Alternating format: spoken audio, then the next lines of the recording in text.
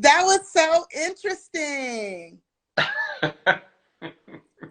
I've never seen that happen ever. That's okay. This is good. So what you're going to have to do, because now you're going to be in control of saving this. Okay. Okay. So after, you're going to have to make sure you post it so that I can save it. But let me just, if I can also.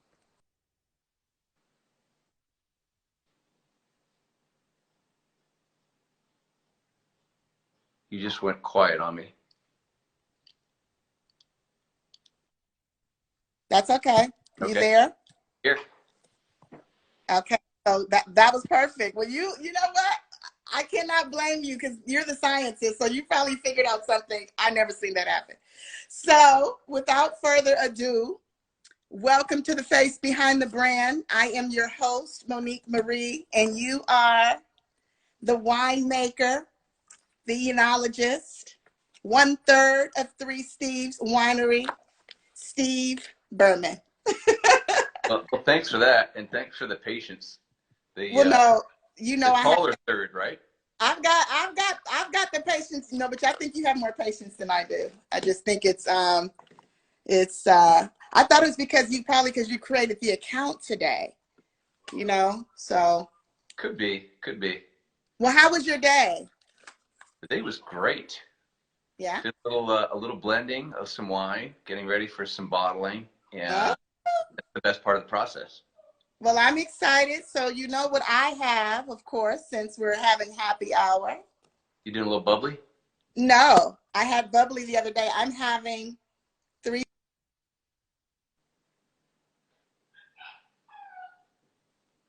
Can you see me? I got you. Yep. Okay, so you know what's happening. It's like it's treating me like now I'm on the other end. I'm not in control. So this is going to be so interesting tonight. But we're gonna get through it. It's like my phone wants me to keep touching it to stay on. So I'm drinking 3 Zins, the Zinfandel that, of course, that I got the day that I saw you. And what do you think? I love it a lot. I could definitely tell that it is a massive, I should say, a significant amount of fruit. Something is in here that's more powerful than the normal, Cab Franc or the normal Carmener. But you also know that my favorite is the bubbly, the brut. I thought you would start with that. I couldn't start with it because I don't have any more. So what are you drinking? This is my favorite grape of all grapes, Cabernet Franc. Okay, so I don't want to jump around. So I want people that don't know you to know, because Cabernet Franc is huge. It's a big part of the vision of Three Steves. But tell everyone who Steve Burman is, and then, of course, tie in, of course, your friends at Three Steves Winery. Well, sure. Well, thanks everybody for joining in. The Three Steves are just 3 guys named Steve. Pretty crazy story how we all met, but we fell in love with Monique, as did the rest of you who are listening tonight. And she just continues to come in and make us feel like we're special rather than the other way around. And so she's got a gift, and it's really an honor to be hanging out today. And as a former electrical engineer, how embarrassing it is that I couldn't get on this call until now. Okay. Nothing will stop us. The devil is a lie. But the Steves were just strangers, did not know each other. We were, I think everybody's got a dream of something. Some people dream about getting into music. I sure wish I could sing. Some people dream about getting into art. I sure wish I could paint, but I can't. And so wine created a little bit of an artistic side for me, and I was able to finally figure that out. And as a home winemaker that started by making really bad wine, I eventually kind of figured it out. And the Steves met in a business venture. Wow. We had a dream. We thought one day we would retire. I can't play golf, so I decided to throw a little bit of money at a winery that I loved, and that winery stole our money, along with a bunch of other people I didn't know. As a home winemaker, we met with all of the other people that had their money stolen, and we said, does anybody know how to make wine? We don't have a winemaker, and we have a lot of debt that hasn't been disclosed to us yet. And I little in my garage, and they said, okay, you're the winemaker. So still had a day job, but by night the job of making wine was a heck of a lot more fun. Started to figure it out, started to take classes, started to volunteer at other wineries in the Livermore appellation, a great town that is very, very welcoming and helpful to anyone who'd like to get involved. And eventually I kind of figured it out. I was making wine at night, but after a few harvests, I was tired. And I asked help. And I said, of this group of investors that we really don't know each other, can any of you please help me make the wine this year? And of that group of, let's say, 20 people, there were 2 other guys that raised their hand and said they'd help me make the wine. Wow. They were Steve's. That's how we met. So we're talking about Steve Melander and Steve Ziganti. That's right. And of course, Steve Burman. So, and yes, I thank you for sharing the story, because I met you guys 3 years ago. 2018, when I moved here, and it was such a blessing, because people that know me, they know I enjoy quality wine, and to be 18 miles away from this amazing region of Livermore, I think it's an incredible thing that I stumbled upon you guys first out of 65 wineries. Is it 65, Steve? How many? About 65. It kind of goes up and down with the latest COVID stuff. You know, people are doing their best to hang in there. It's crazy. It's absolutely crazy. So, I mean, you know, the wonderful thing about Livermore Valley, and you can, of course, talk about this, because there is a defined synergy that's going on, and everyone is working together. And I think, of course, you could talk about more of the differentiation between the Livermore Valley region and other regions, and why everybody is thriving. Yeah, it's a great region. I wish that, well, actually, you might be just the person to do it. I wish somebody would do a behind the scenes of what a typical period of time looks like, a particular harvest season looks like in Livermore. It's a town that feels that it needs to compete. It's a town that feels that there's room for win, place, and show. And it's a town that feels that if you went to one winery and you liked it, and another winery and you didn't, well, then maybe all the winemakers should work a little harder together to help us all become a place that everybody wants to visit. So we've been doing that pretty regularly. And of the 65, 70 wineries in Livermore, we would not be here if it weren't for most of them. The day that we bought the property we're on now, we had porta potties. To me, embarrassment to have a porta potty at a winery, and I apologize if there's other wineries watching this that have porta potties. Really just not the image we were going for. And within a couple of days, the 80-something-year-old neighbor who used to do septic systems for a living before he got into wine was driving a driveway in a backhoe, and in a few days we had working bathrooms with a septic system. And so it's a town that helps each other out. His son was the winemaker, passed away unexpectedly, and he had had enough and said, done with making wine.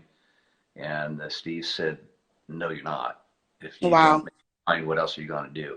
And so we're going to make your wine for you until you find somebody that you think makes wine that you like. And so for those 2 or 3 harvests, this 80-something-year-old guy would be every morning in the winery he'd have his arms stacked from floor to underarms of Coors Lights beers, fill our freezer and fridge with all this beer.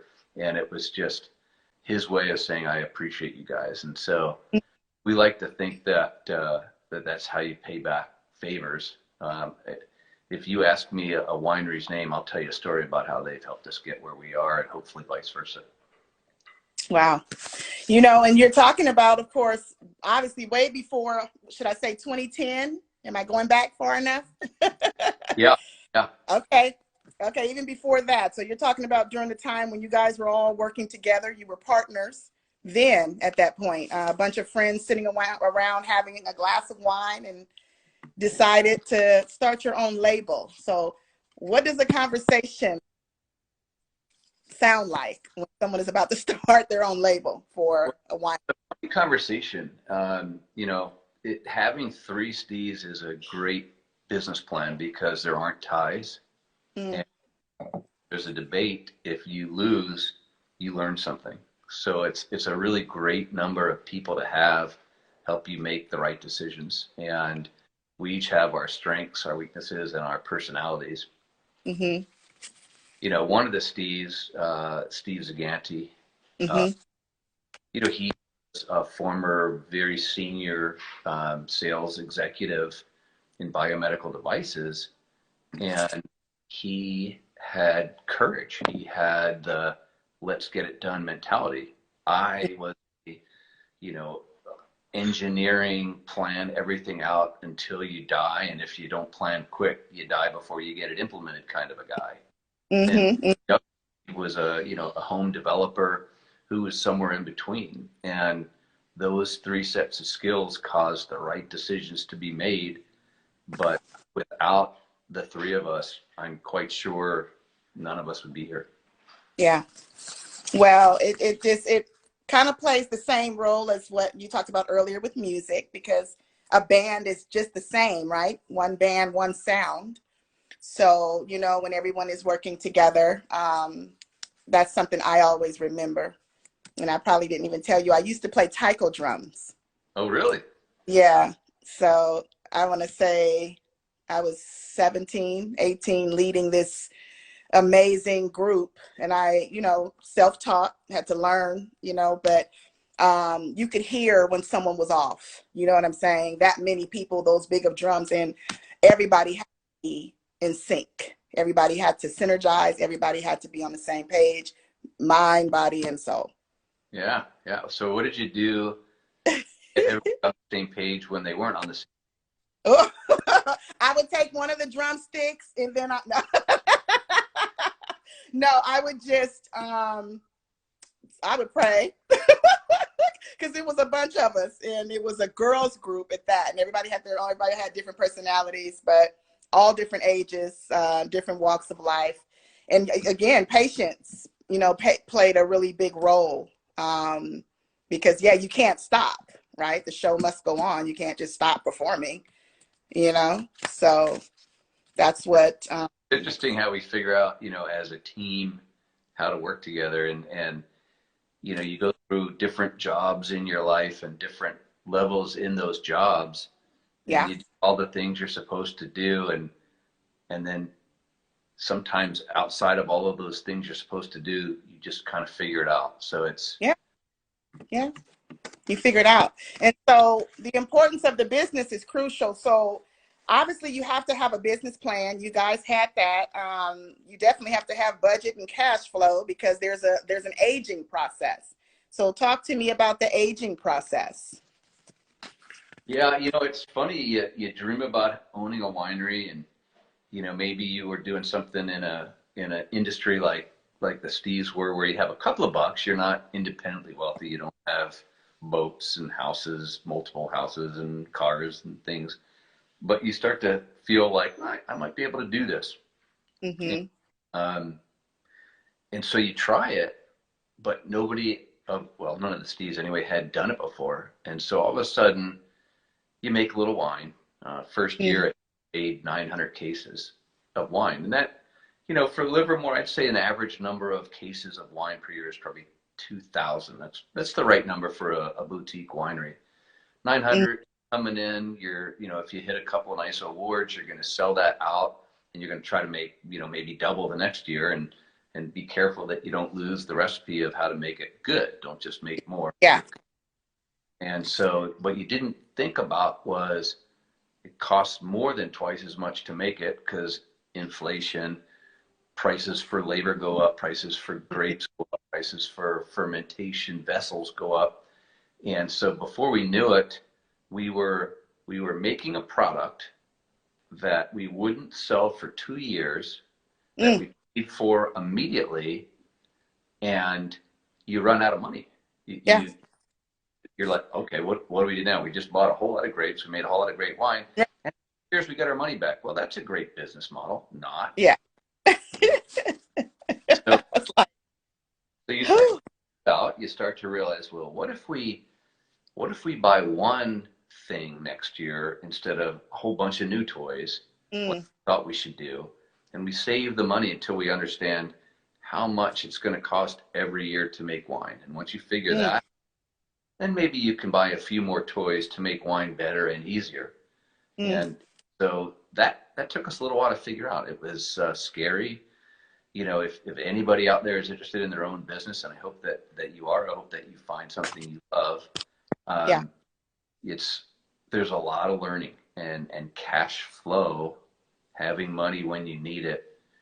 That was the hard part. That was the hard Yeah. part. Finally figured it out once we got old, and now here Yeah. we are. Well, here you are, Three Steves Winery in the middle of Livermore Valley region, beautiful region. I'm looking at an amazing tasting menu, and I'm going to share with you my top 4. Okay. Uh, starting with, of course, the Brut Sparkling. And you can, of course, whatever I share out, you can, of course, say whatever comes first to mind. But yes, that is how it goes on the tasting menu. Brut is first. That was my first love. So I want to Yeah. know, So what we is like your... to start early with a tasting, Yeah. something light. As we taste wine at the winery, we want everyone to try something light Light. and go to a heavier wine with each subsequent taste. Mm-hmm. And there's just something about sparkling. It's really fun to make. Mm-hmm. It just makes you feel good making it, and it Yes. makes you feel even better tasting it Mm-hmm. because it's something that somehow has been associated with celebration. So whether it's just Saturday morning with a mimosa, or you're coming to the tasting room on a Sunday after brunch with the family, having a bubbly it just puts you into a mentality of it's time to celebrate.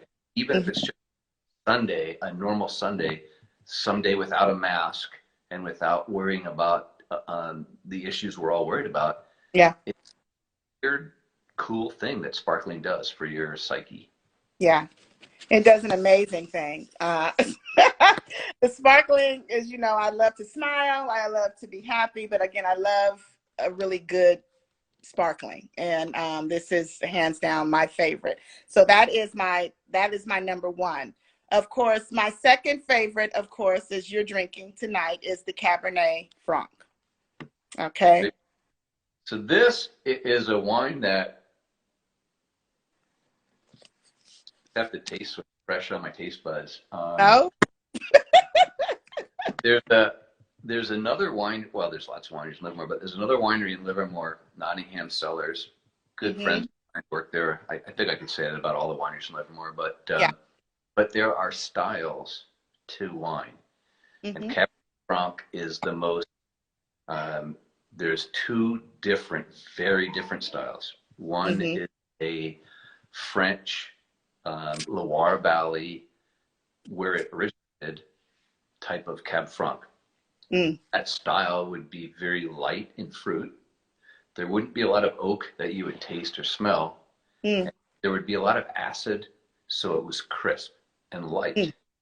It might even look light if looking through it, through the glass at something behind. Yeah. And so that would be a classic, probably old world style is what you might refer to that as, versus what we do, which is a new world style. Mm. We have our closest friends in the wine industry, the DeRose Winery down in Hollister, and they can grow anything. If you grew cars, they would grow Lamborghinis. They just grow great things. They make great wine, and they are wonderful people. They're almost family to us. But their Cabernet Franc is just beautiful. It's massive. It's Mm. going to be light. It's not going to be delicate. It's not going to have a little bit of acid that finishes crisply on the back of the throat. It's going to have this beautiful Bing cherry, like I need it in vanilla ice cream, kind of a flavor to it that is going to leave back of your throat with a residue that you want more. And Mm. that's grapes. That's not us. The Stees can't take credit for something the big guy did. Those grapes are wonderful. They do the hard work, and we're fortunate enough to be able to get them and not let them turn into vinegar. That's amazing. Oof. So you're also collaborating with another special, or six wineries, should I say, with the Lvdc Red Yep. Blend. I got a Yeah. chance to try that last weekend, so talk to us about that. Yeah. The LVVC is an acronym for Livermore Valley Vintners Collective. Mm-hmm. Us, Big White House, Page Mill, Fenestra, Las Positas, Mm. and Wood Family. Mm-hmm. Those are wineries of many that decided let's give it a shot. Let's try this. We've Mm. collaborated with most of those wineries in the past, and anytime a winery in Livermore approaches us and says let's do a collaboration, we're going to do that because Yeah. it's my opinion that that's the biggest asset of Livermore, that we all Mm-hmm. work so together, that we're all so passionate, and that we know if we do something good and we can share it with others and show everybody how well we work together, the whole valley is going to prosper. And so, Mm-hmm. so it was a blend where we had to do 30 to 40% Merlot, Mm. 30 to 40% Syrah, Mm-hmm. and up to 25% of any other grape, but eventually making it 100%. So it's kind of like the show Chopped. If you've ever watched the cooking show Chopped, which I kind of like, if you're a winemaker, you're going to be a kind of a geeky food guy too. And so it's fun to see what you can make when you don't make exactly what you wanted to make. And Mm. so you show the best you can with the wines you made. You're going to make your Syrah. You're going to make your Mm-hmm. Merlot. You have your Zin, whatever else you've got. But ultimately, the Syrah and the Merlot are the biggest elements that you're going to couple. And what was Mm. a major decision for that team was that there are regions of wine. There's Rhone, which would be Syrah, and there's Mm-hmm. Bordeaux, which would be Merlot. And there aren't a lot of blends that take regions and combine them. So that was the goal, to say, let's do a chopped, but let's put some weird stuff in that little basket that they're going to have to make wine out of, and let's see how we do. And so it was a lot of fun. We're still doing it. We're on our third vintage now, Mm-hmm. and the wineries in Livermore are joining. And again, it's a fun project, but it's also there to show people how well. Yeah, absolutely. So how would one know, like, the difference between the vintage, and the varietal wines? I mean, obviously there's a difference, but how would I know if I was just trying and venturing into wine? Yeah, great question. It's actually a really great question. So lots of people like to study for their sommelier tests and Mm. become levels of certified in their tasting. And, Mm-hmm. and they have amazing abilities to map grapes, region. And so um, the easiest way to know what you're tasting in a blend like LVVC is we would probably put the majority of those ratios on the bottle.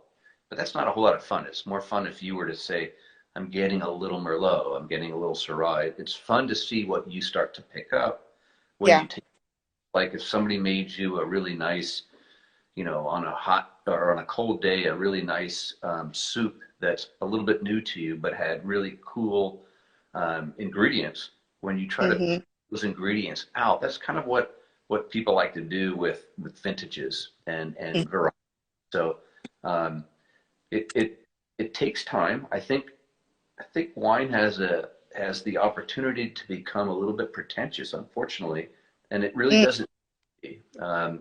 In the same way that you've learned how to master your breathing and Yeah. your intonation and vibratos, everything about singing is calibrating the skills that you have Mm-hmm. because you never calibrated them before. When we went to elementary school, we calibrated our writing hand to our brain. Everybody would draw a capital letter A with their eyes closed the same way in multiple countries, even not just in the United States. And so wine and depicting and getting out of that what people try to put into that is merely a study of calibrating your brain to what you're smelling and tasting. And it's very doable. It doesn't need to be pretentious. Yeah. Well, it's a form of science, a little, I guess, a lot, really. Sure. Natural when it comes to the breathing and the taste, because the palate is so sophisticated. Our palate is. So for a person, say, going wine tasting the first time, I always, talk about the five. Is it the 5 S's? Um, I'll let you give 2 of the S's. I'm not going to spit. What are the important S's? What would you say first? Well, swirling's important. I mean, I would say swirling's important. Okay. Because the wine has been put to sleep. Mm-hmm. When people talk about how long you can age wine, the people that put that wine into bottle purposely put it to sleep so it could be aged. They want you to drink it young. If you wanted to open it the next day, you would still like it. But when they put that wine into the bottle, they're going to not only remove oxygen, which becomes something that could cause oxidation in the bottle, but they actually put a little bit of a float of gas, nitrogen, on top of the wine between what would be the leftover oxygen. So trying to seal that wine in. And so swirling the wine helps to reoxygenate that wine. And in absence of oxygen, it will smell like nothing. It will. So swirling it, seeing what it looks like, seeing how much alcohol is going to slide up and down the glass on the legs, and then smelling the bouquet. That swirling's an important one. It'd be a bummer to miss the opportunity to swirl. Yeah. Well, because you could see so much, right? The body of the wine. And it's also funny to watch when people have been overserved and they swirl and it's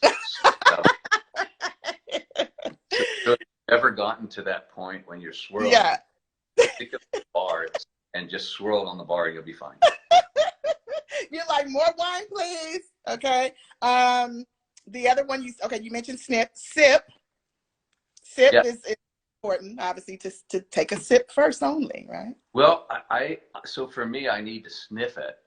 I feel bad because there is a significant population that does have problems with the nasal passages, and so it'd be for me, if I couldn't sniff and capture what I'm smelling, I would have half of what that really is.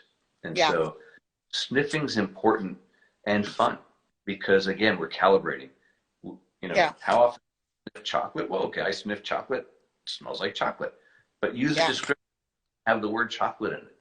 Let's be adventurous, right? Sniffing wine, smelling a wine that has nose of strawberry or blackberry or blueberry, whatever the fruit may be. How do you describe that without using that fruit? Because I don't know what blueberry smells like to someone else. I know what the capital letter A looks like, but how could I know what it smells like to you? So it's fun to just calibrate what you get after sniffing, after smelling that wine. Amazing. And then, of course, savor. Savor is very important. Yeah, you have to study what you just had. So there's wine competitions, and I'm not a big fan of arrogance. I was born one of 8 in Philadelphia, and you don't get taught humility. You're just born humble, and very humble. Yeah, kids are going to eat your food if you don't get your dinner, and so you just kind of learn humility. You could still have confidence, but you don't need to be arrogant about it. And so savoring is an important part of it because you're studying. You've now taken what you smelled, you've taken what you tasted, sipped, and now you're combining them. You're cataloging it into whatever part of that brain captures that. And you're going, it smelled the same way it tasted, and did it feel the same way I thought it would feel? And so you're savoring that so that you don't waste. You could easily get down the glass, and before you know it, your tonsils don't work anymore. Your teeth. Right. All numb. So you, I understand, besides, of course, the love for winemaking, you also enjoy making pizza from scratch. You like to make even the dough yourself. So I'm going to ask you a question pertaining to making something from scratch and see what you have to say about it.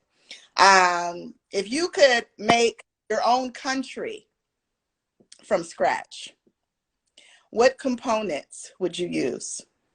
Wow, that's a deep question. But I'm going to answer it. Country. I'm going to even answer it more deeply than you asked it to see if it kind of fools with you a little bit. Uh-oh. So it would be important to have good yeast. Mm. The yeast is important because it grows. It's a baseline, but you grow a dough from the yeast. Mm-hmm. So my country would have to have good yeast to start with. Okay. Okay. Now. I would have a country that had water, and water doesn't have to be perfect. It doesn't Right. have to be purified. Mm-hmm. It has to be something that contributes to that yeast that the yeast likes, but having different water. Yeah. Not just distilled perfectly beautiful water from one riverbed that comes down this beautiful mountainside. That's not what it needs to have. Water. It doesn't have to be one type of water. It should be a nice blend of water. Mm-hmm. And then the flour. And the Yeah. flour is something that is grown, but you can pull the pieces of what works best. You can help educate the pieces that aren't working as well as they could, so that they're not wasted for the next batch. Yeah. And together, through a little bit of learning, this country would come together, and it would stop competing and stop thinking that the flour is better than the water. Oof. That's deep. My God. That is a deep question and answer. I'm like, woo. Okay. Yeah, that's big. And obviously coming from humility, right? Humbly speaking. So wow. Um, wow. So give me an example of Harvest Day, because I definitely would like to participate in the next Harvest Day. Well, then we will make that happen. Okay. And I'm so excited. you're back. We could have a lot of fun. Okay. Harvest Day is amazing. Wow. Because at the beginning of the year after the holiday season, a winery finally has a little bit of time to say, oh my gosh, we're going to be able to sleep right now, but don't sleep too long, because by August, we're going to have fruit again. Mm. Between now and August, we have to get all of our winery tools back up and running. We have to buy the equipment.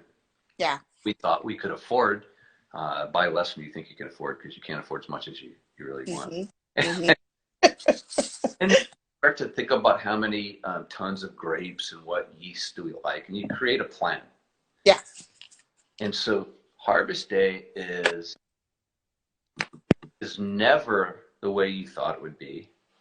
But when that fruit comes in and you're ready to process that fruit, so you've got a group of people that are excited. They're picking fruit with you. That you're in that vineyard. It's probably nighttime and dark, because fruit does better in the early mornings than if you pick in the hot, daytime. Mm-hmm. And so you're coming to a tractor and a bin, and they've got their little buckets, their little pails of fruit they've picked for you. Mm-hmm. Now you go up, you take that to your winery, and you're going to turn it into wine. But My the God. parts of that day are what you haven't planned, which would be when your neighbor, who's also a winery, comes up to us, oh my gosh, my brakes just crapped out on my forklift. I can't get this off the truck. Can I borrow your forklift? Now they're driving locked down the street in a forklift, which you turn a forklift a little bit and it's squirrely. It just doesn't want to ride on the road because it's real steering. It's crazy. You've got somebody else who says, oh my gosh, I have a problem with my distemmer. I can't I need to, I don't know what's wrong. Could you take a look at it? And you and they have the same destemmer. And Yeah. there's one fuse that's from Germany. That's the weirdest fuse still to this day I've ever seen. But it's not visible and it's hiding in a little compartment. And you are able to say, oh, by the way, this happened to me last year. I ordered 4. You can have one. So they're not down and out. And so Yeah. it's the things that you don't plan and the way you help each other would be the most amazing YouTube video of all. Oh, okay. I'm ready. I'm ready. It'll be my job. That'll be my job. Because you know I'm moving, I'm shuffling all this over to YouTube. Like every week I'm adding. I'm probably down to I have like 15 more interviews to load and I'll be done. Adding like all 80, I don't know how many it is, but over to the YouTube. So to start doing them live, yeah, that would be. Well, when you see it, it's so fun. It's Yeah. just nothing goes as planned, but you never mess up. Yeah. That's the fun. You're going to get it done. Somebody who you love next door or down the street is going to need your help, and Yeah. you all get it done together. Well, I'm ready. So this is during a time when I like to play wordplay, and I picked certain words for you only, specifically. So no wrong or right answer. It's whatever comes up first to mind. And we'll start when you're ready. I'm ready. Complexity. That is my favorite word that I would use to describe my style of winemaking. Mm-hmm. I've learned that you can have your favorite fruit flavor. You can have your favorite yeast that will add flavor and structure to that fruit you like. Mm-hmm. Favorite barrel that has just the right amount of coconut or cocoa or whatever it is that you like, and that will be extremely boring. Mm. So complexity is the complete opposite of that, where you use a variety of things. You realize that yeast doesn't only add interesting notes of flavor, but it adds texture. Mm-hmm.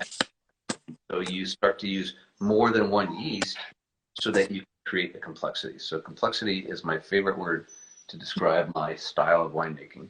Well, I picked it for you. I must have known, huh? Thanks. Okay. Next word.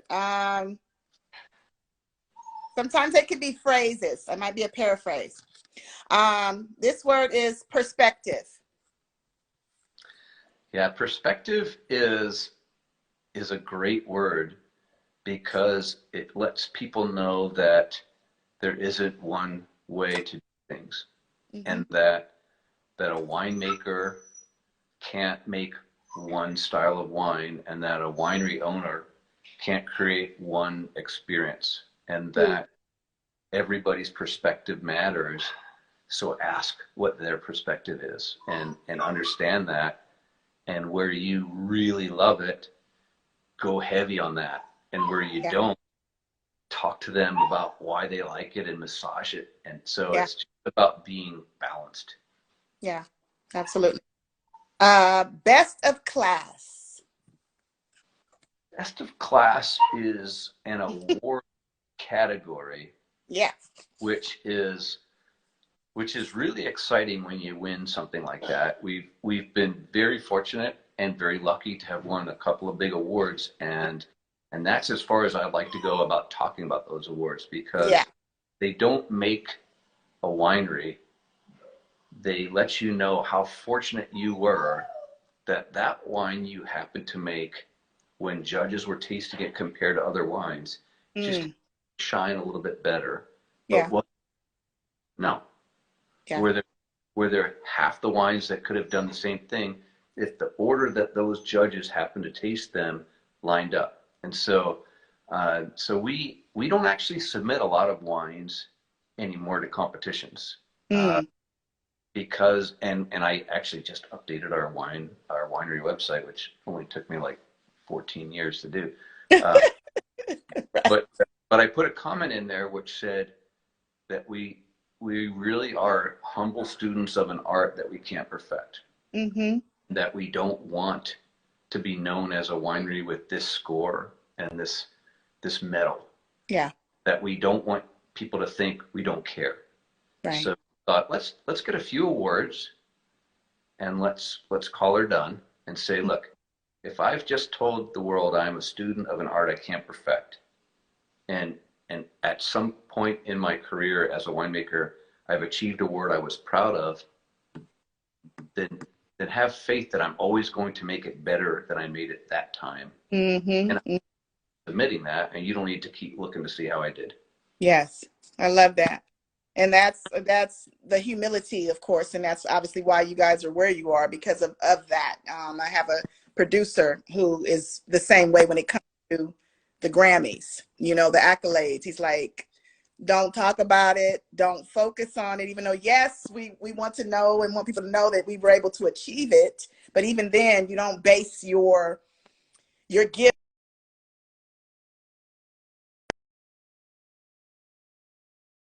if that makes sense. So I could totally understand. I totally, I Thanks. totally agree. And then the last word would be, and you just spoke of it, and I find you to be very humble. So the word is humble. Yeah, it's funny. I don't know why I love that word. I was Mm-hmm. I was asked to. I'm on a as a winemaker. You have to love when a local college asks you to sit on an advisory committee, and that Yeah. college is doing. They're teaching students. One of the curriculum is in hospitality, and Mm. what an honor to be asked to be on an advisory committee where you can see what young minds are doing and how you can learn from that Yeah. rather than I have to educate them. I can learn from what they're thinking. Mm-hmm. And so, and so humility, you don't have to be,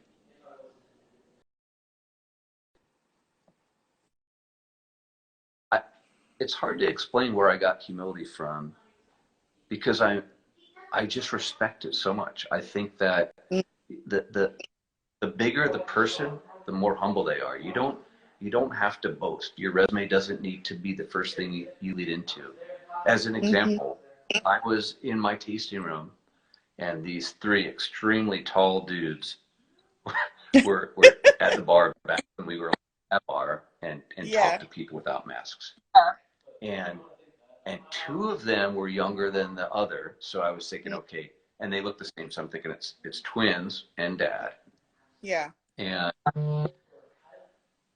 And they're talking, and dad's talking about a barbecue truck he started. He wasn't Mm. talking about what he did before then, but you could tell he was proud of his life, but didn't need to put that on me. Yeah. Tell his kids were proud of what dad gave them and their life, Mm-hmm. and they didn't put it on me. Yeah. And we talked for an hour and a half. Yeah. And when they were done, dad still never told me what he did, but the kids came over and said, my dad was a superstar with the Seattle Seahawks, right? My goodness.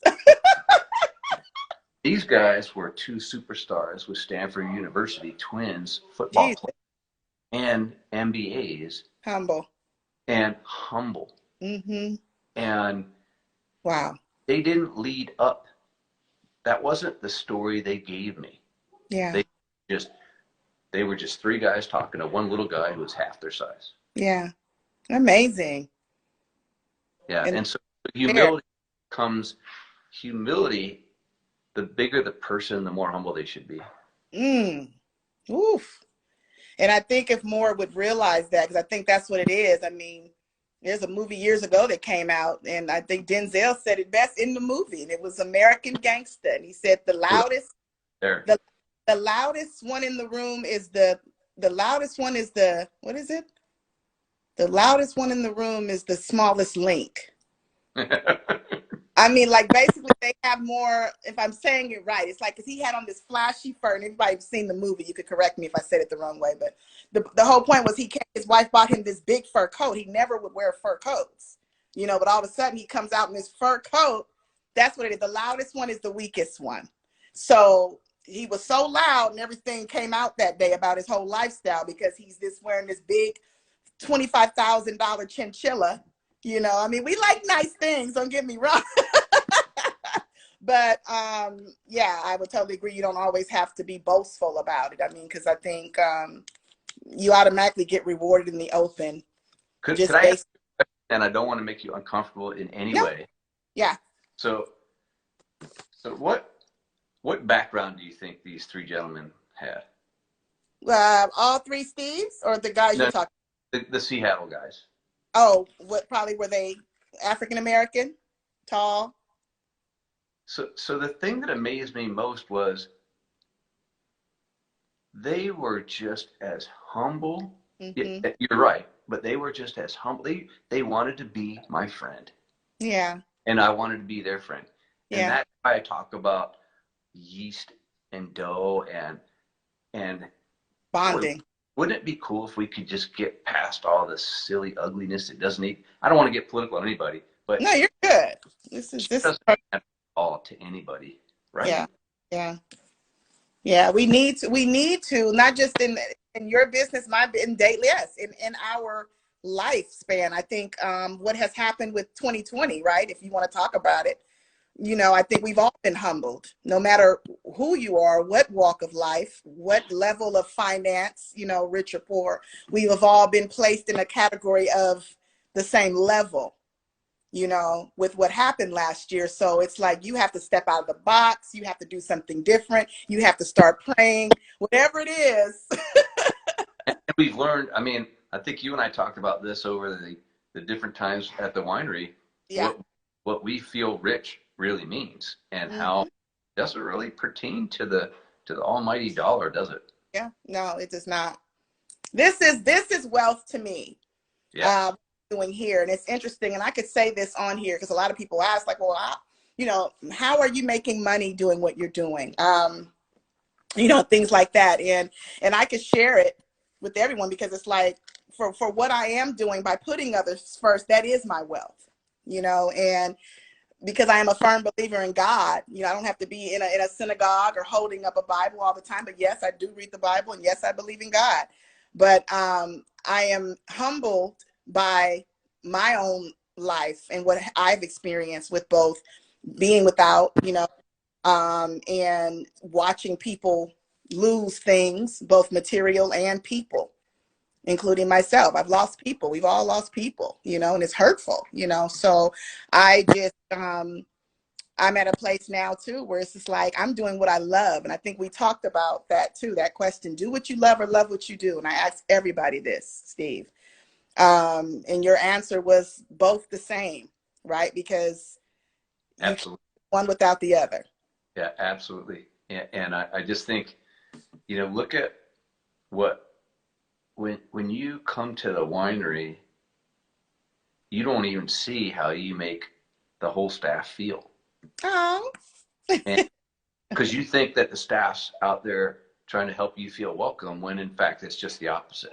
oh, And so that to me, yeah, the beauty of getting to do what I love and love what I do, that people make me stronger and that oh man, I just want to be around people and I just want yeah. to hear their stories and I just want to, you know, my staff, they fight over who's going to come and hang out with you. Oh, oh my God. You know what's so funny too? When I first met you, and I could imagine the guys that met you that day, the guys, the football players. Because I was my first day and we were still, of course, open. This is way before COVID. So the restaurant, you know, everything was open, the bar was open. And you made me so comfortable. You know, I was just like, I didn't know where to sit because I'm like, I want to sit here and have my food and my wine, you know, and you just, not only did you place me, but you sat down. I was just like, wait, what's going on? But it was welcoming, you know, and to a new place, a new space, you know, new wine. And yeah, it was the experience that you can remember, right? Well, you're awesome for saying that. And that is, you know, that to me is what makes me rich because Yeah. I got to meet a new friend that day Yeah. and here we are. Yeah. And here we are. Look at us. Now we're doing the interview, and then we're going to be at Harvest Day. And yeah, I'm excited. So you tell me about the merch, because I know folks can also get merch from Three Steves Winery, right? They can get hats, and I know we can get glasses, because I have about 6 glasses. Where can we find merch? Well, you know what? Here's what I'm going to say. You're such a sweetheart trying to prompt us to say that. How about if we just say that tonight we're just going to have 2 friends talk about just having a great night, and okay, so no merch yet. I wine. If I ever sell wine or any of that stuff, okay. Okay. Is that uncomfortable for you? No, it's good. I'm just, like I said, I'm so grateful and thankful. Some people look at it like, well, what is this thing about wine? It's definitely not alcoholism. Jesus made wine, he made water out of wine out of water, I should say, for folks that ran out of wine at a wedding, so to meet people who can actually make wine is such a big deal for me. And people that have the spirit like you have, the spirit like, Zaganti, 49er fans. I mean, especially me, because I get most heat because I'm from Oakland, but I like the 49ers. And we talked about this last weekend. I was there again last weekend, and he was just like, everybody looked like, what do you mean you guys like the 49ers? Like, we like the 49ers, There's nothing wrong with that. Oh, he was mad at me for talking to the Seattle Seahawks guys. Yeah. I know he was. I know he probably was like, what? And that's the other thing too. Just again, talking about the openness, and of course I can't help but to share it. I never forget during quarantine, I was calling to order, and I think the phone rolled over to Steve Zaganti, 49er. This might have been before quarantine, because he was at a game. And just goes to show the personable nature of this winery. This is no joke. This man answers the phone at the game, right? I can hear, like, I'm like, wait a minute, I'm watching, and I can hear, and I'm like, who is this? And he said, who is this? I'm like, it's Monique Marie. And he's like, this is Steve Zaganti. I'm at the 49ers game. How can I help you? And I'm like, what? I could not believe it. He sat there and talked to me for about 15, 20 minutes, and still showed me how to get my order placed, with Ted. And that was, again, a whole nother level of the game. So right? If everybody got to do what they love, then they would love to talk to you while at a 49er game and help you out, right? Crazy. So that's what we get to do. We're just fortunate. We're not anybody special. We're just fortunate. So I hope that whoever's watching this can find what they love to do. It may or may not be wine, but it sure is fun when you can do what you love. Yeah, doing what you love. Well, I'm not going to hold you too much. So in closing, because of course we definitely have to do a part 2, part 3, part 4 to this amazing winery, this amazing venture, this amazing connection that we've definitely found, that I've embarked upon with this winery. I mean, like I said, yes, there's amazing wineries, but people never forget how you make them feel, and I have just great experience, and that's why I continue to bring people there, and I continue to bring them there individually, because I want them each to have their own experience, like that. So in closure, I just want to say thank you to you. Thank you also to your GM, Ted. You have an amazing GM, general manager. He took care of me during quarantine. He took care of the whole place, and I'm sure you know that. You guys are standing. You guys have a wonderful staff, and of course, you guys are just good people. And I appreciate you giving me the opportunity to sit down with you tonight. Well, you are a wonderful person. Thank you. And the feeling is completely mutual. So there's lots more fun to come. Yeah. And so we'll get you doing some winemaking before you know it. Okay. So do this once you do this, but go ahead. When I hang up, at the bottom, you're going to press end. And then when it says save, you want to save it to your profile. And then I'll come on your profile and I'll grab it off of there like that. Okay. I will do. Hey, thanks for your time, Monique. It was great to chat with you I tonight. appreciate you. Thank you so much. Thank you so much. And thank your family for, again, allotting this much time, I know, away from dinner. I appreciate you guys. You're a sweetheart. Thanks. Okay. Good night. Hey, buddy. Bye-bye.